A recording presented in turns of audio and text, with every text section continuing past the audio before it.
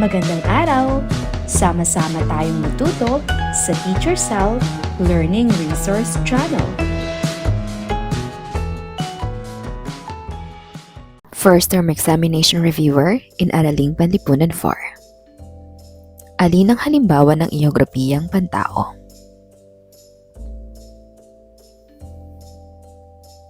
C. Populasyon. Ano ang tawag sa ilegal na pagputol ng puno sa kagubatan? B. Illegal logging. Bakit mahalaga ang malawak at matabang lupang sakahan?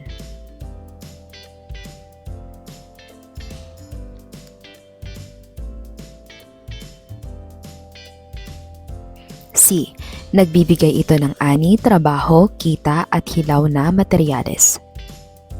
Ano ang tawag sa pag-aaral ng mga lugar, lokasyon at katangian ng daigdig?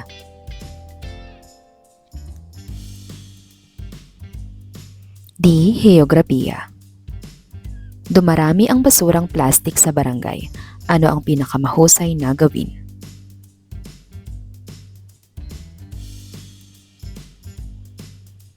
A. Bawasan ng plastik, maghiwalay ng basura at mag-recycle. Ano ang tawag sa lokasyong gumagamit ng latitude at longitude?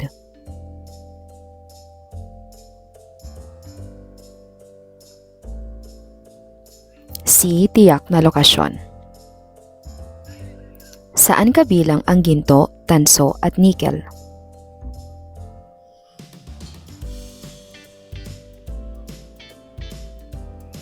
D. Yamang mineral.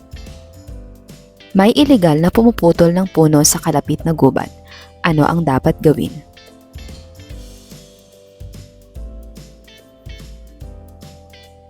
D.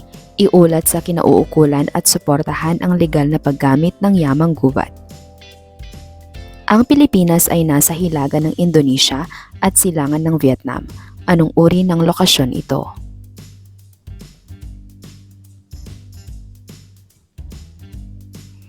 B. Relatibong lokasyon. Ano ang tawag sa pag-unlad na tumutugon sa pangangailangan ngayon habang iniingatan ang yaman para sa hinaharap?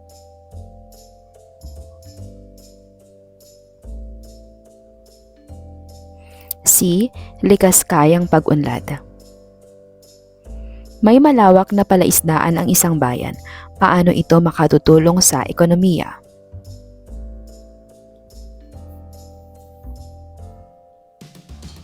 B.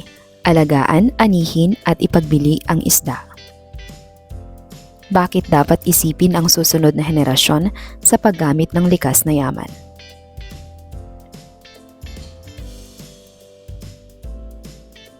D. Para magamit natin ngayon nang hindi nauubos ang para sa susunod na henerasyon. Alin ang isang hamon sa likas kayang pag-unlad?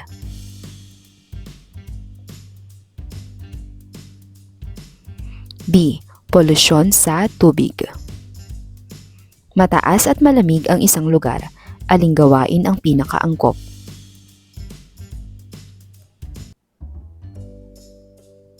C.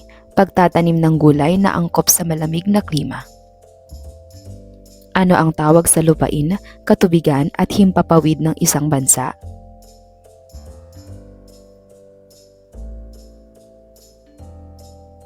Letter D. Pambansang teritoryo. Bakit mahalaga ang doktrinang pangkapuluan sa Pilipinas?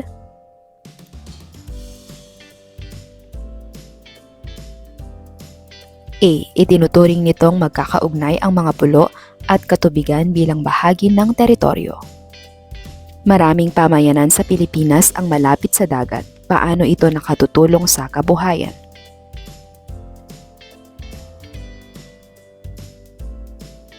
B. Nagbibigay ito ng pagkakataon sa pangingisda at iba pang gawaing pantubig. Gagawa ang klase ng chart tungkol sa niyog. Alin ang pinakakumpletong ugnayan?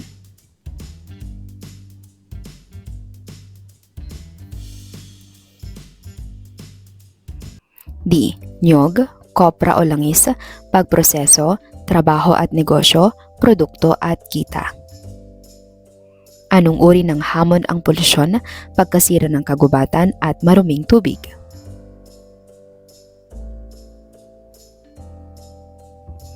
A. Pangkapaligiran. Bakit maaaring maapektuhan ang kabuhayan kapag nasisira ang kagubatan?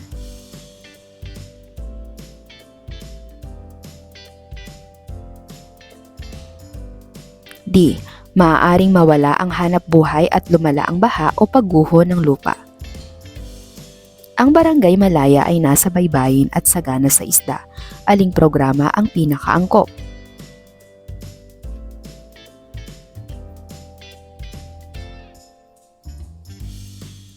B. Pagpapaunlad ng pangingisda at pagproseso ng isda. Dumarami ang populasyon at tumataas ang pangangailangan sa malinis na tubig. Ano ang dapat gawin?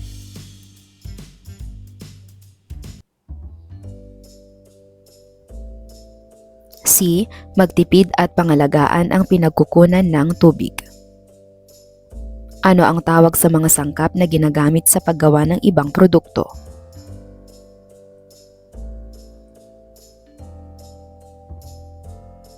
D. Hilaw na materyales. Maraming puno ang pinutol sa matarik na lugar. Pagkatapos ng malakas na ulan, gumuho ang lupa. Alin ang tamang pagsusuri?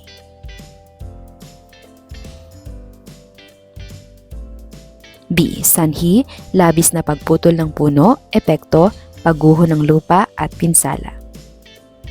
Ano ang pakinabang ng yamang tubig sa ekonomiya?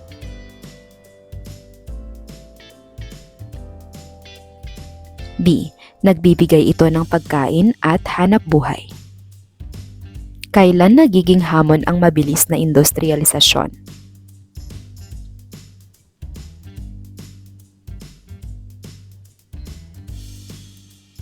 Letrang D. Kapag labis ang paggamit ng yaman at hindi kontrolado ang polusyon.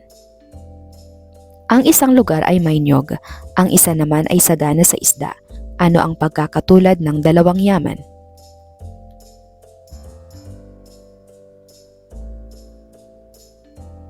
B. Pareho silang maaaring magbigay ng produkto, trabaho at kita.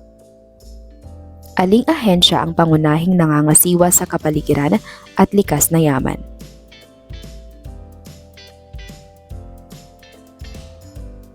Letrang D. DENR. Bakit kailangang alamin muna ang sanhi ng isang suliranin?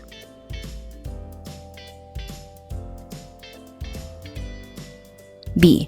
Para makapili ng tugong angkop sa tunay na sanhi. Sagana sa isda ang baybayin ng isang pamayanan. Ano ang pinakamahusay na paraan upang mapanatili ang pakinabang nito?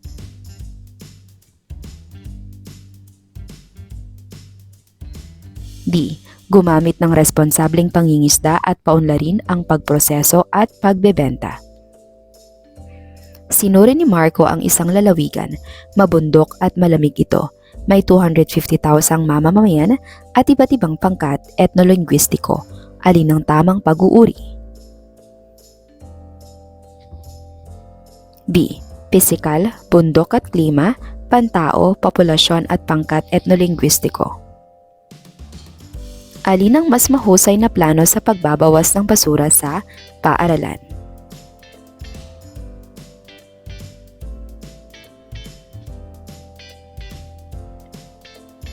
A. Araw-araw na waste segregation, pagbawas ng single-use plastic at regular na pagsubaybay.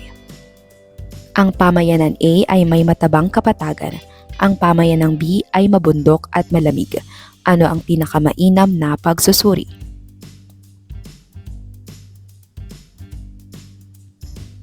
D. Maaaring pagsasaka sa A at pananim na angkop sa malamig na lugar sa B. Gagawa ang klase ng plano para sa yamang gubat. Ano ang pinakamainam na laman nito?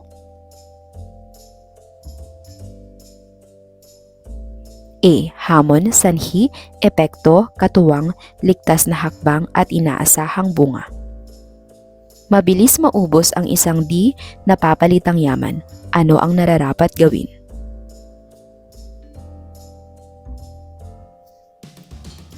B. bawasan ng gamit, mag-recycle at humanap ng alternatibo. Nais ng barangay na tugunan ang pagkasira ng kagubatan. Alin ang pinakamahusay na mungkahi?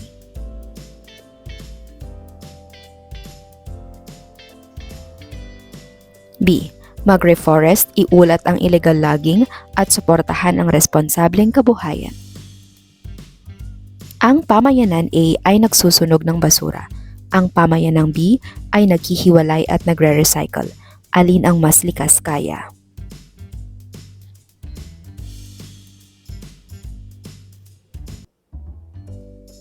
D. Pamayanang B dahil nababawasan ang basura at panganib.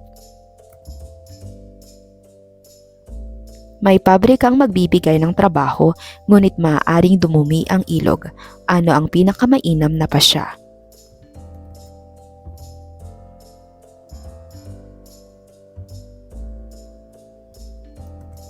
C. Pumili ng planong may trabaho ngunit may pag-iwas sa polusyon at pagsubaybay. Aling plano ang pinakamahusay upang mabawasan ang basurang plastik sa paaralan? B. Bawasan ng single-use plastic, gumamit ng label bins, magtalaga ng gawain at magsubaybay linggo-linggo. Nais ng barangay na linisin ang maruming sapa. Ano ang pinakamahusay na plano?